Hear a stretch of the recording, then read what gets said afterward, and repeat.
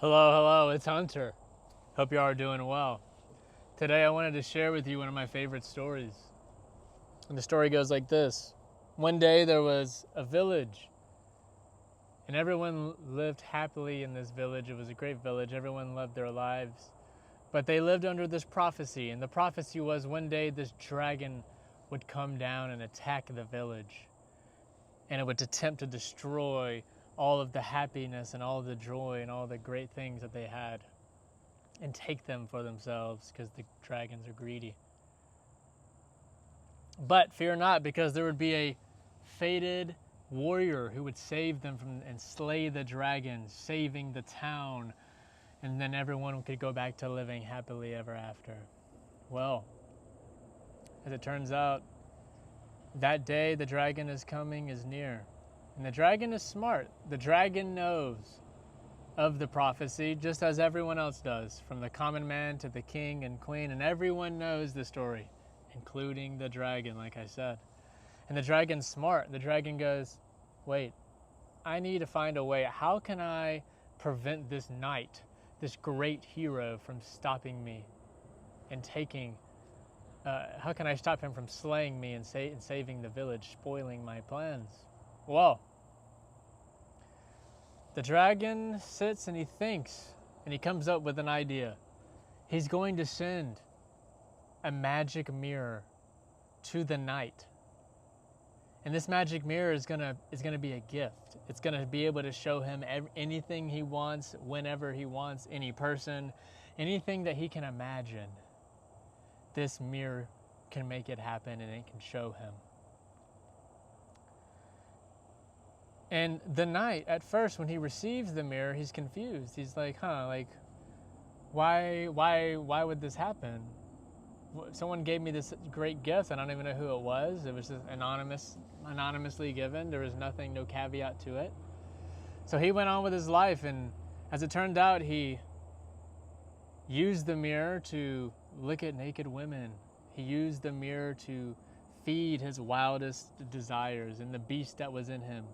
His curiosity, his lust, and his greed for seeing and doing and witnessing more engulfed his life.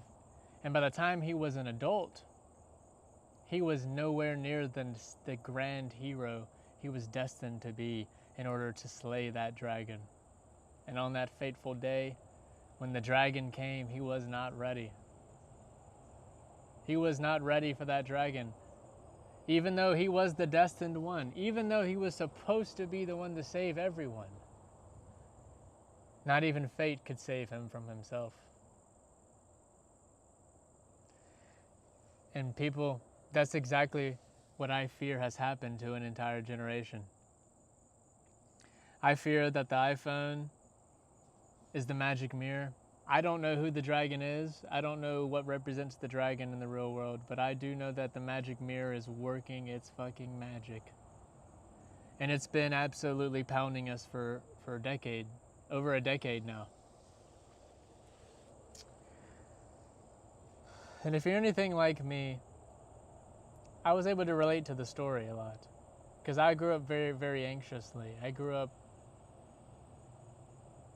not realizing, as a kid, nobody really sees the world for what it is because you're a kid. But as a kid, I saw the world through the lens of anxiety, and the way I coped with that is I would see something I didn't really know how to handle, and then in my free time, I would use my phone to research or look at or do whatever, basically use my magic mirror. But over time, what I didn't realize that it did was that it disconnected me from reality in a lot of ways. I began sorting reality in boxes, and it distorted my view of reality. And in a lot of ways, I was like the knight who was sitting there with this magic mirror just wasting away, not being the one he was destined to be. And I have a feeling a lot of people feel that way, that life is not where it's supposed to be at, and they're not where they're supposed to be right now. It's a feeling, it's a vibe. You can't really quantify it with words, because the people just think you're lazy or that you're complaining about what you have or don't have. But in reality, it's this deep, integral feeling inside of us. And if you're anything like me, what I've grown to realize is that we need to put the magic mirror down. We need to put the phones down more. I think the average screen time is up to like 7 hours for people, something crazy. But we got to find a way to put down the magic mirror, because the iPhone is not a bad thing inherently, exactly like the story says, but it is a tool. And as we all know, tools just amplify what's already there. So if you're not who you are, if you don't know who you are, if you don't know what you want, and you don't know where you're going, what are you amplifying? You're amplifying chaos. You're amplifying nothing that is good. But if you're already the person you're supposed to be, if you're already the fabled hero, then the technology is good. And my argument is that we've given tech to people too early, and it's caused a lot of issues. A lot of issues.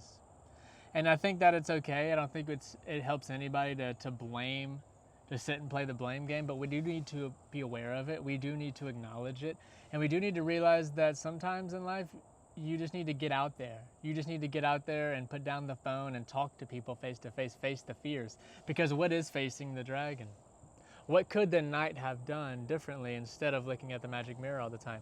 Well, he could have been training. He could have been going through life, conquering his fears. Right? Because what is the dragon at the end of the day? It's just the big ball of fear. And fear is a mile wide, but an inch deep. Remember that. And all it takes is a few times for you to break through that barrier of fear before you realize that is exactly all it is. It's very shallow. And once you learn you can break through it, you start doing it on repeat, you realize that this world is nothing but fear. It's nothing but conquering your fear. And the more times you conquer and break through that fear barrier, the dragon then becomes an ogre, then it becomes a regular person, then it becomes a dog. The dragon starts becoming lesser and lesser because you, by comparison, by relativity, are growing as a person, becoming who you're supposed to be. And then fate is on your side, and you slay that dragon and you conquer the world. God bless you all. Have a good day.